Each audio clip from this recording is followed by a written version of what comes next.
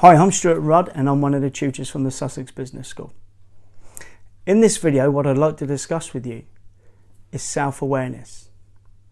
When I look back at the good managers, the great managers and the great leaders that I worked with, they all had one thing in common.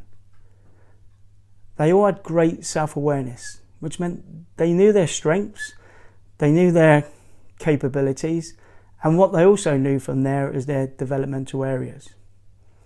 Having great self-awareness would lead to having confidence to be able to plug the gaps on developmental areas. So they will be great at delegation and empowerment. And typically what these guys would do is they would exploit their strengths. They would exploit the things that they're great at. And after all, that's the things that they were hired for, the things that they were great at. And they knew what they were good at. So how do you develop your own self-awareness? I think there's a few things that you can do here. Is one, I recommend research. Read books, read news articles, read articles on the internet. This is going to broaden and increase your knowledge. Take that knowledge, apply it into the place of work and reflect on that application.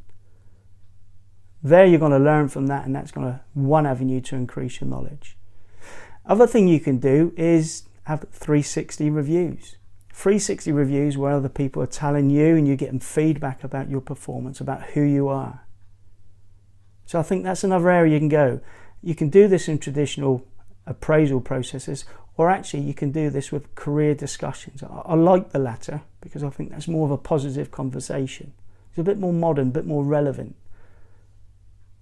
Third thing I recommend is increasing your own personal network. This will give you the opportunity to have discussions from the workplace. It will enable you to have discussion with a broader audience, which will then enable you to reflect on the discussions, how you apply those skills, how you apply those techniques within the place of work.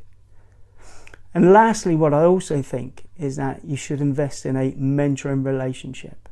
Like a mentor will guide, aid and support on specific developmental needs. And this conversations that you will have with a mentor will then increase your own self-awareness. They're specific to you.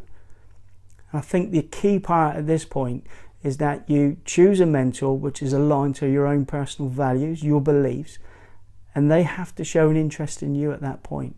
Mentoring is a two-way thing, so the mentor does learn from the experiences that you're sharing with them too. It's not such a one-way street. So in summary, what I recommend with self-awareness is that you research, you read everything you can, 360 feedback informally or formally, and that's going to tell you more about you.